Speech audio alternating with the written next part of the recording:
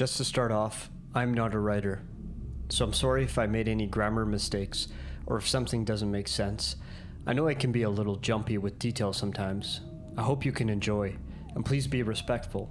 Now I guess, onto my story. I am a 19-year-old female, and at the time that all of this happened to me I was 17, so just to give some long and necessary background, I was and still dating a guy named Kyle. That's not his real name, but go with it. We shared a small group of friends. We were all pretty close to each other. We did almost everything together, especially when it involved smoking weed and doing other harder substances. They were pretty chill and trustworthy friends, or so I thought. Anyways, one day 2 weeks before my junior year started, I was hanging out with a group at one of their houses, and I just so happened to fall asleep after a while of being there.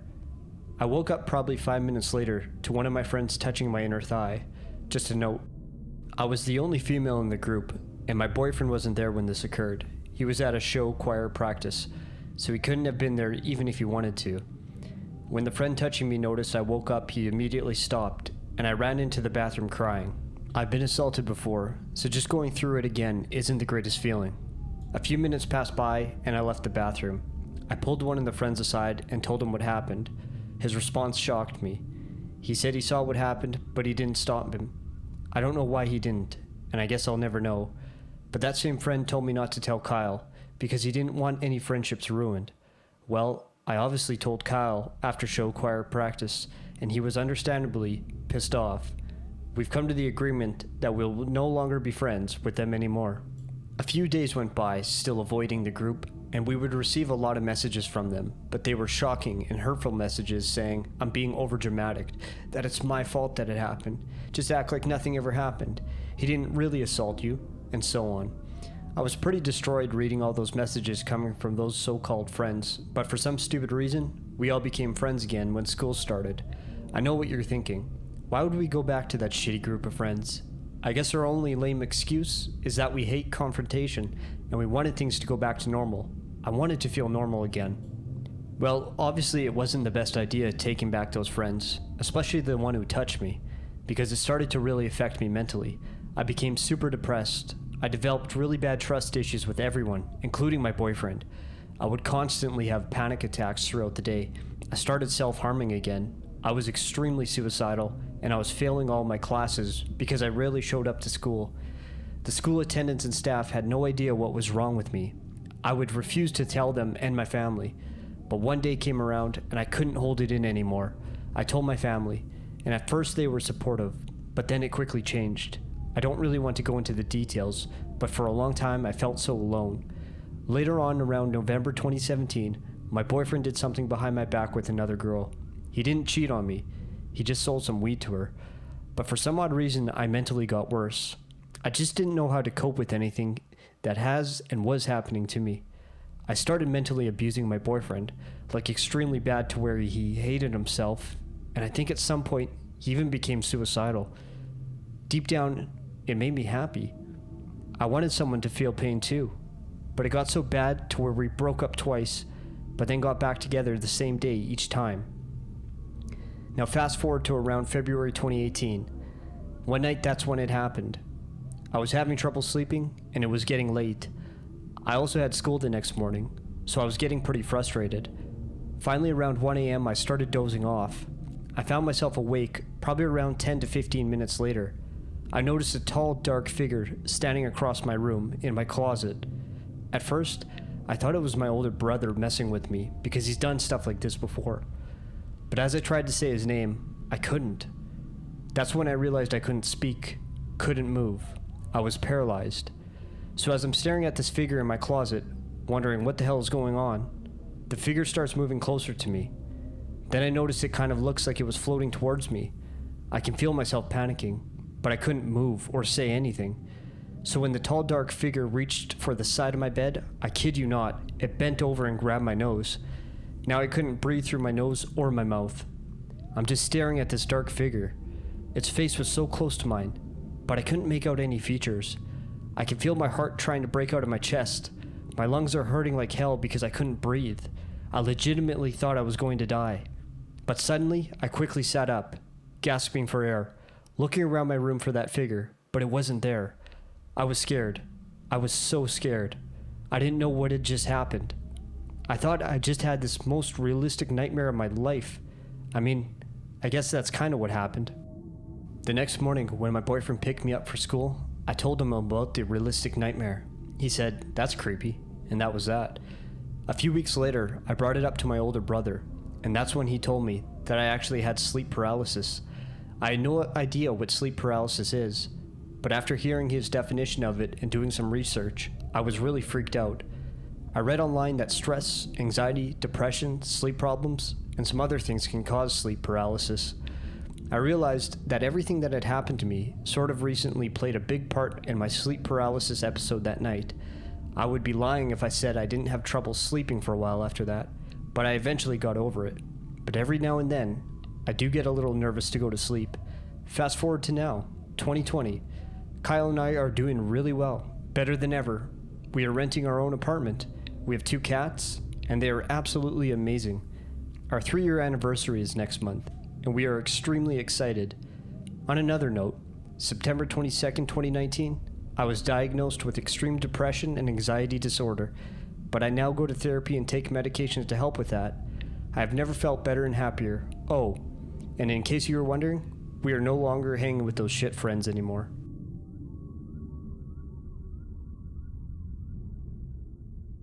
True. I don't remember exactly when this was. I'm pretty sure it was around March of 2018. I was 12 years old and in the 7th grade. I often listened to or read scary stories online about things like sleep paralysis, but I never thought it would happen to me. So before I had woken up, I was having a strange dream. I was playing Counter-Strike, but it felt like I wasn't playing, and it was real. I was shooting some targets, and then I blacked out for a second. I woke up on the main road that goes into my neighborhood and saw that the road was gone. The houses on my street were very small, 2-story box houses. There were elderly people standing out front of the houses, all reading a newspaper, and the sign at the front of my neighborhood only read, "Brook G," with the rest crumbling off. I then appeared at my morning bus stop for school, looking at my phone. Everything was normal until a bush, that normally isn't there, screamed at me. I remember clearly feeling as though this was normal, so I screamed back. We went back and forth until I woke up with the scream echoing in my ears. I was in my bed looking against the wall, unable to move. I hadn't realized that I was experiencing sleep paralysis, but was still freaked out by that screaming bush, and I couldn't fall back asleep. I lay there, not hearing anything, for about 5 minutes. I then heard what sounded like heavy boots hitting the ground out in my living room, coming towards my bedroom area. Just so you know, outside my bedroom, there is a hallway. On the left is a bathroom. At the end is my parents' room. And at the end on the right is a door that goes to my living room. The footsteps grew closer, coming to the hallway and then my parents' room. At that moment, I remembered my dad was out of town on a business trip, so my mom, who was a nice small lady, was defenseless. I heard the walking start up again and come towards my room. The door opened, and whatever was out there came in, walked to the side of my bed, and stared at me. I closed my eyes and began to pray. I'm not really religious, but it's the only thing I can think to do. After what felt like hours, I try to turn over to look and see if anyone is there. I roll over with my eyes still closed to appear to anyone that is there that I'm still asleep. I open my eyes and begin to squint. The coast is clear. I crawl out of my bed slowly and look at the clock. 4:14 a.m. Dang, I gotta go to school tomorrow, I thought. I tiptoed over to my door and grabbed a decorative orb my mom put on my wall in my room, and I walk out into the hall. The light in our living room was on, which was not normal, especially when my dad was out of town. I checked the bathroom and peeked around the corner of the door. Nobody, so I make a silent sprint into my mom's room. Putting the orb down on the floor, I shake her awake, quietly whispering her name. "Mama, I think there's someone in the house. I heard walking around outside my room and I begin to tear up, realizing this all may have been in my head, and I woke up my mom for nothing. It's all right. We can go and check out the house real quick," she said. So I grabbed the oar and go check the house with my mother. There was nobody in our house, so I go back to the bed, relieved that we were safe and that none of that was real. I haven't had a sleep paralysis experience since, and I'm glad it wasn't worse. The story seems nothing like compared to some of the other stories about it that I've heard. I hope you enjoy reading this.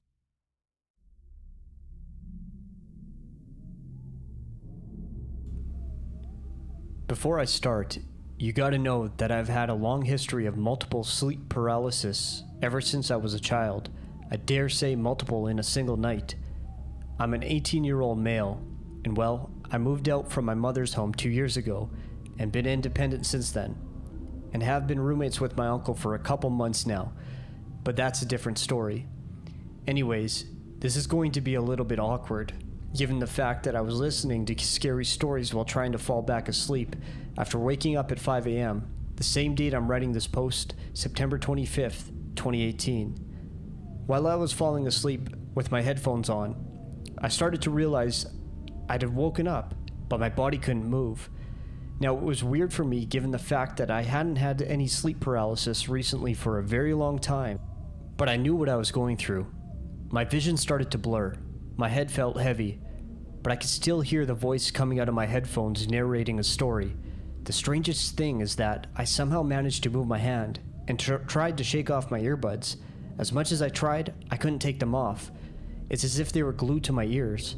I somehow managed to take them off, but here's where it got freaky. I could still hear the voice. I touched my ears and checked if there was anything there. Nothing. I couldn't feel or hear the buds at all. I was weirded out, yelling at my uncle, calling his name to see if he could hear me, but there was no answer. Every time I tried to yell, my voice got weak. It's as if instead of yelling, I was whispering in a loud way. And that's when I started to see things like demons and deformed faces, just staring at me and evilly smiling. I can't explain how they looked, but they were flashing in the ceiling. Weird, right? Yeah, I know. As I was sort of freaking out, I literally did what any young kid would do, and hid under my blanket. Not because I was very scared or frightened for my life, but to see if those faces would go away. Though they did, it doesn't end there. Here's where the most freaky and weird shit happened. As my vision started to clear, and I was able to move more freely, it's when I realized I never even moved a muscle the whole time I was going through sleep paralysis. Turns out, I was hallucinating shit and imagining that I was actually moving and yelling. Like I've said, I've had experience with sleep paralysis for a long time, so I totally have experience on how to actually get out of it when it's a normal one, where you're just awake and can't move. Yeah, I know, the whole point of one, but not all of them, are all about hallucinations and imagining. This was one of the few paralysis where I hallucinated and imagined things. Like I said, I haven't had it in about a year, I could say. This one is the most recent one. I know it's probably not that scary, but for those who experience sleep paralysis, you know how terrifying it can be. It takes a strong mind and soul to get out of one, because you're literally struggling with yourself to be able to move and just come back to reality. For those who never experienced sleep paralysis in their life, I really hope you never do.